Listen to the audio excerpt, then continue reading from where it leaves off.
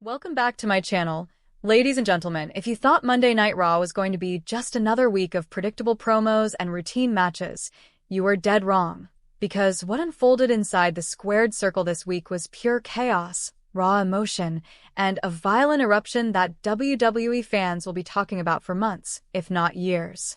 The American Nightmare, Cody Rhodes, found himself trapped in a corner not just physically, but emotionally and psychologically, facing off against the unrelenting force that is Roman Reigns, the tribal chief, accompanied by his fierce and loyal enforcer, Uso.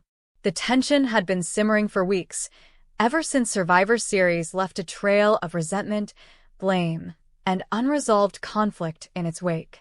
What we witnessed on Raw was the culmination of all that, an unstoppable collision of pride, loyalty, and raw, unfiltered emotion that exploded in the middle of the ring, leaving security scrambling, the crowd on its feet, and the WWE Universe completely electrified. Cody Rhodes had been addressing the audience, speaking passionately, calling out failures and questioning leadership, but he had no idea that the arrival of Roman Reigns and Uso would turn what started as words into a chaotic, brutal brawl that no one in attendance would ever forget. From the very first beat of the tribal drums, the atmosphere shifted. It was like the entire arena went from normal excitement to a palpable, almost dangerous anticipation. Every eye turned to the entrance ramp as Roman Reigns emerged, flanked by Uso, his expression cold, unyielding, and utterly focused. The energy in the room changed instantly. Fans could feel it in their bones. Something monumental was about to happen. Roman's gaze locked on Cody with a precision that was terrifying. He circled the ring, every step deliberate, every word measured, but filled with the threat of impending violence. "You've been running your mouth since we lost," Roman began, his voice cutting through the crowd like a knife. "Talking about failure. Talking about leadership. You don't lead a family. You don't know what it costs." Cody, standing tall, didn't flinch. "I know what a real leader does," he replied, his tone calm but defiant. "He doesn't blame his team. He looks in the mirror." Those words, so simple yet so loaded with challenge, were enough to ignite the fuse. Uso, who had been standing silently beside Roman, couldn't contain his reaction.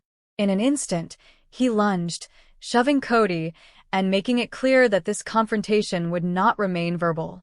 Cody instinctively shoved back, and that simple motion marked the point of no return. The tension that had been building over weeks erupted into a full-blown physical clash. Roman moved quickly, grabbing Cody from behind, while Uso threw a series of sharp punches. Cody fought back with every ounce of strength he had, stumbling to the corner where a steel chair from a previous match awaited him like a silent weapon, ready to be wielded in the heat of desperation. In one swift motion, he swung the chair, catching Uso square in the ribs with a metallic clang that echoed through the arena and sent a shockwave through the crowd.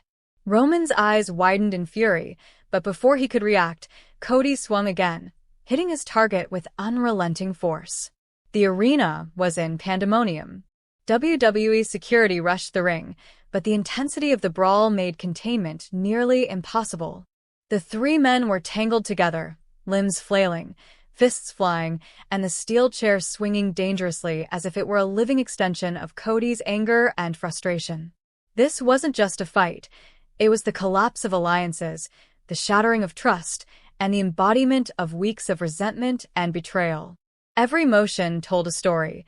Uso's aggression was the spark, Roman's controlled fury was the response, and Cody's defiance was the unpredictable force that kept the chaos alive. It was a living narrative of emotion translated into violence, and the WWE Universe was witnessing it in all its raw, unfiltered intensity. What makes this segment so compelling is the depth of the psychology at play. Roman Reigns is the tribal chief, a man who commands respect and expects absolute loyalty. His authority has been challenged before, but the very nature of Cody's words struck at something primal in him, something that cannot be ignored or dismissed. Cody Rhodes, on the other hand, represents the American Nightmare, a fighter whose moral compass and sense of justice drive him to confront wrongdoing head-on, even if it means facing overwhelming odds.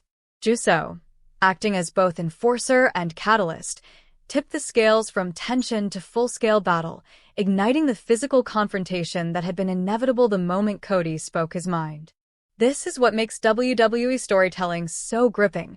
The characters are multidimensional, their motivations clear, and the consequences of their actions feel both real and immediate. The symbolism of the steel chair cannot be understated. In WWE, props are often more than just tools. They are extensions of the narrative.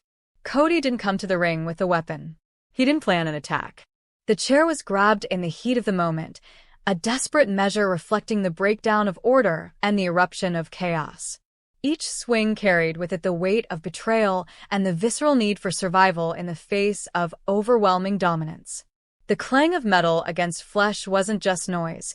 It was a narrative punctuation, signaling the complete dissolution of alliances and the birth of a new, more dangerous dynamic.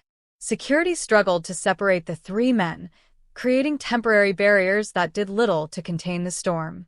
The brawl spilled over, each movement punctuated by a mixture of instinct, rage, and strategy. The audience roared with every strike, every shove, every desperate grab for leverage. It was a visceral, almost cinematic sequence that blurred the line between sport and spectacle, storytelling and reality. The ring became a symbolic battlefield, the physical altercation a mirror of the emotional and psychological tension that had been brewing for weeks. Every gesture carried meaning. Roman's restrained fury showed that even a leader at the peak of his power could be challenged. Cody's defiance and utilization of the chair demonstrated resourcefulness and moral courage in the face of oppression. Uso's aggression highlighted the dangerous edge of loyalty, showing how devotion can sometimes be as volatile as betrayal. The narrative was being written in real time, with each strike, each shove, and each swing of the chair adding layers of tension and drama that left the audience breathless. Fans watching at home and in the arena were witnessing history. The bloodline, long thought untouchable, was facing cracks in its armor. Alliances that had seemed unshakable were being tested in the most brutal way imaginable. The segment didn't just entertain.